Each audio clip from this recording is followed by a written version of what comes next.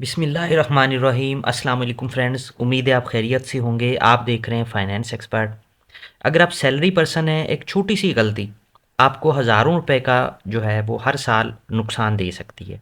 ये वीडियो मैंने आपके लिए ही बनाई है, जो सैलरी पर्सन्स अपनी रिटर्न फाइल करते हुए मिस्टेक्स करते हैं, तो उसको आपने कैसे अवॉइड करना है।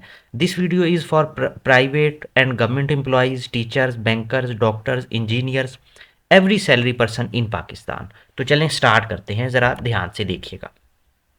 सबसे पहली जो मिस्टेक होती है सैलरी पर्सन की, वो not filing tax return at all, मतलब वो अपनी रिटर्न ही नहीं फाइल करते। जो सैलरी पर्सन होते हैं वो ये सोचते हैं कि हमारी सैलरी से जो टैक्स है वो तो ऑलरेडी डिडक्ट हो चुका है, तो हमें रिटर्न फाइल करने की क्या ज़रूरत है। तो उसका लॉस क्या होता है? उसका लॉस ये होता है कि वो नॉन फाइलर स्टेटस में आ जाते हैं, और बैंक ट्रांजैक्शन पे, प्रॉपर्टी सेल परचेज पे, कोई गाड़ी परचेज पे उनको टैक्स ज़्यादा लगता है।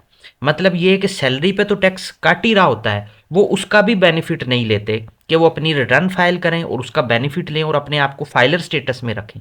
तो वो ये नहीं करते। सबसे पहली गलती और बड़ी गलती जो सैलरी पर्सन हैं वो ये करते हैं। देखें, अगर आपकी सैलरी बिलो टैक्सेबल लिमिट भी है, मतलब मंथली अगर 50,000 से कम है, उस पर टैक्स की डिडक्शन नहीं होती, तो फिर भी आप अपनी रिटर्न फाइल करें, अपनी सैलरी शो करें, उस पर कोई टैक्स नहीं पे करना आपने। और अगर सैलरी पे टैक्स की डिडक्शन हो रही है तो वो आप अपनी सैलरी भी शो करें, जैसे मैंने सैलरी पर्सन की वीडियोस में बताया है, और वो जो टैक्स की डिडक्शन हुई है, जो एम्प्लॉयर ने टैक्स डिडक्ट किया है, उसको क्लेम करें और अपनी प्रॉपर फाइलिंग करें। तो पहली मिस्टेक तो ये होती है, इसको आपने अवॉइड करना है। दूसरी मिस्टेक जो होती है सैलरी पर्सन की, वो बड़ी कॉमन मैंने देखी है, वो ये होती है कि अक्सर जो सैलरी पर्सन्स लोग होते हैं ना, उनको यहाँ पे कन्फ्यूजन होती है कि मैं ग्रॉस सैलरी लिखूँ या मैं नेट सैलरी लिखूँ। मुझे जितनी बैंक में आ रही है मैंने वो फिगर लिखनी है, या जो मेरी ग्रॉस बनती है वो लिखनी है। देखें, ये मैं जितनी भी सैलरी पर्सन की वीडियो है उन सब में क्लियर करता हूँ, मैं दोबारा कर देता हूँ।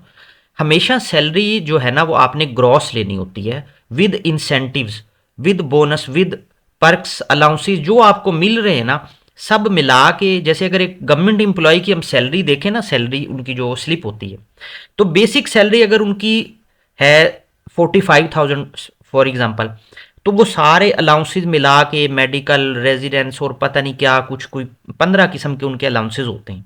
ठीक है, हर डिपार्टमेंट के अलग होते हैं, टीचर्स के अलग होंगे, आर्मी के अलग होंगे, पुलिस के अलग होंगे, डिफरेंट डॉक्टर्स के अलग होते हैं। तो वो अलाउंसेस जब सारे आप कैलकुलेट करते हो तो ग्रॉस अमाउंट आपकी जो है वो 1 लाख प्लस चली जाती है। तो जो सैलरी होती है ना आपकी, वो ग्रॉस सैलरी होती है। और हमेशा जब आपने किसी भी साल की अपनी रिटर्न फाइल करनी है ना, तो अक्सर कन्फ्यूजन ये आती है कि मैं अब इसमें कितनी अमाउंट सैलरी की लूँ। तो देखें, जैसे टैक्स ईयर 2025 की अगर मैं बात करता हूँ, तो टैक्स ईयर 2025 जो है वो जुलाई 2024 से 30 जून 2025 तक है। ठीक है, ये 12 महीने हैं, जुलाई से जून तक। तो आपने जुलाई से जून तक की सैलरी को इकट्ठा करके पूरे साल की फिगर ग्रॉस जो है वो लेनी है। अब आपने बाज़ दफ़ा ये होता है कि जी मेरी तो इस पूरे साल में जो जॉब थी वो 3 महीने थी, मतलब जुलाई से जून तक के सिर्फ 3 मंथ मुझे सैलरी मिली थी, तो भाई आप 3 मंथ की लोगे। बाज़ लोगों का ये भी होता है कि जी मैं 2 जॉब्स करता हूँ तो मैं कैसे लूँगा। तो सर आपने दोनों ग्रॉस को इकट्ठा करके लेना है, मतलब जो एक एम्प्लॉयर ग्रॉस दे रहा है, दूसरा एम्प्लॉयर ग्रॉस दे रहा है, उन दोनों को इकट्ठा करके आपने यहाँ पे लेना है। जो सैलरी की जो रिटर्न मेरी आप देखोगे वीडियो में, उसमें मैंने वो प्रैक्टिकल करके दिखाया।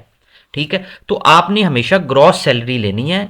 अपने बोनस हैं, एरियर्स, मतलब जो अमाउंट आपको मिली है ना उस महीने में, वो आपने उसमें शामिल करनी होती है।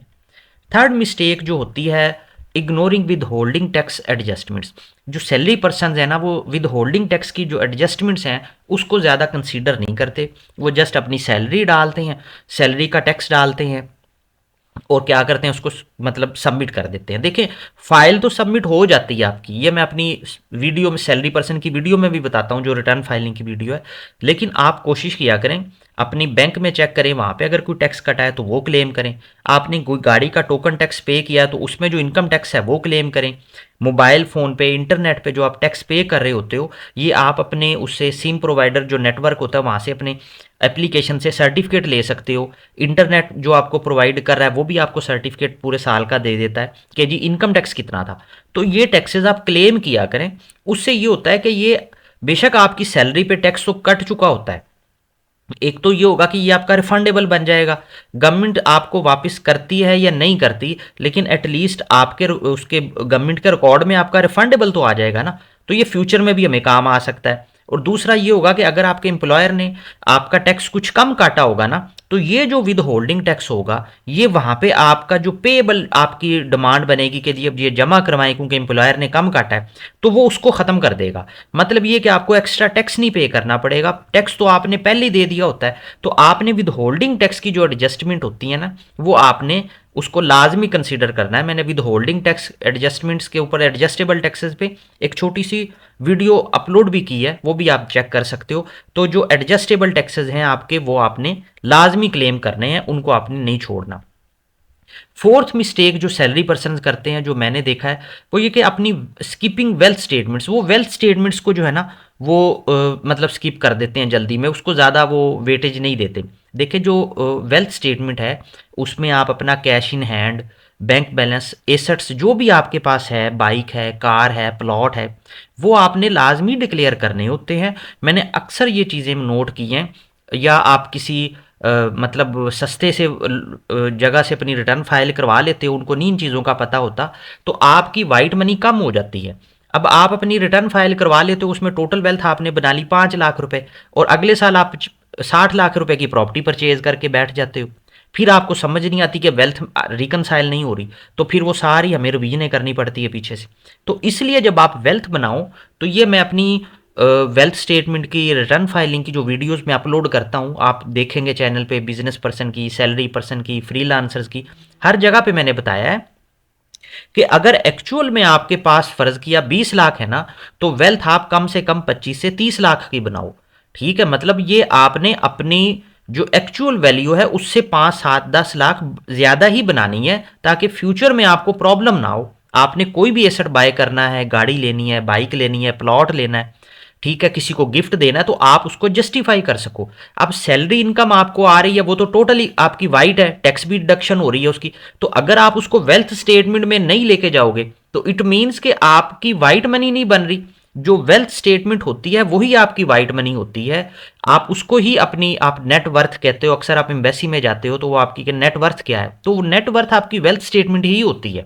अगर आपने वेल्थ स्टेटमेंट की वर्किंग नहीं की, उसमें प्रॉपर चीज़ें नहीं डाली कि जी मेरे पास कैश इतना है, घर की चीज़ों की ये, हाउस होल्ड की इतनी वैल्यू है, बैंक में ये बैलेंस है, मेरे पास गाड़ी भी है, बाइक भी है, और ये चीज़ें होनी चाहिए। आपने फेक इंट्रीज नहीं करनी कि अगर आपके पास नहीं है तो आप खाम खा में डाल दे रहे, ऐसे फेक नहीं डालनी। मैं ये कह रहा हूँ कि हैं तो उनको लाजमी शो करें, थोड़ा सा इंक्रीज कर लें। जी, अगली जो मिस्टेक होती है कि आप अपने टैक्स क्रेडिट्स जो है ना, वो क्लेम नहीं करते। ये मतलब मिस्टेक तो है, लेकिन ये एज सच कोई इतनी ज़्यादा नहीं होती। इसका क्लेम अगर कर भी लें तो कुछ ज़्यादा टैक्स के ऊपर फ़र्क नहीं पड़ता। लेकिन जो सैलरी पर्सन है वो ये चीज़ें क्लेम कर सकते हैं, मतलब बच्चों की education fees, life insurance premium अगर आपने कोई पे किया है तो वो आप क्लेम कर सकते हो। लेकिन इसका कोई ज़्यादा इतना जो है ना मटेरियल फैक्ट नहीं होता। फिर इसके अलावा जो मेन चीज़ मिस्टेक है, यूजिंग फेक और गैस फिगर्स। देखिए, never do this to reduce tax. Fake donation, fake assets, fake income आपने नहीं डालनी। जो आपकी एक्चुअल में इनकम आ रही है, आपने सिर्फ वो डालनी है। जब कोई इनकम आप ऐसी डालोगे, आपने जब एक दफ़ा रिटर्न में डाल दी और एफबीआर ने नोटिस भेज दिया कि जिसको जस्टिफाई करो, और आप जस्टिफाई नहीं कर सके, तो फिर आपको पेनल्टी और ऑडिट और प्रॉब्लम्स होंगी। ठीक है, तो आपने कोई भी चीज़ यहाँ पे फेक नहीं डालनी। जो आपके पास जिसका एविडेंस है, आपने वो ही इसमें लेके जानी है।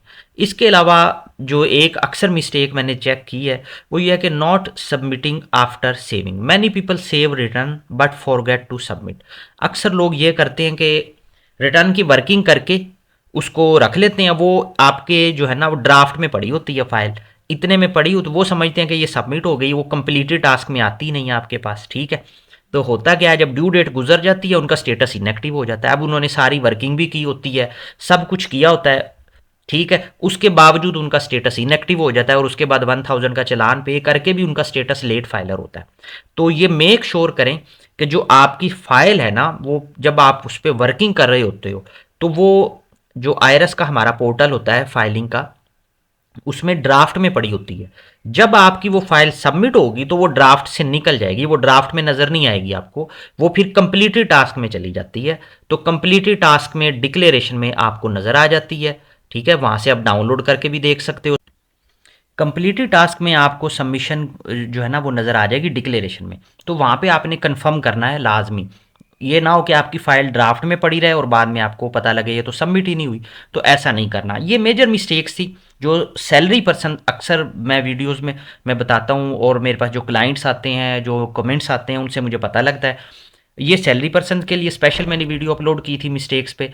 अगर इसके अलावा आपका कोई भी टॉपिक टैक्स से रिलेटेड आप चाह रहे हो कि मैं उस पर वीडियो अपलोड करूं, तो प्लीज़ मुझे ज़रूर बताइएगा, मैं इंशाल्लाह पूरी कोशिश करूंगा।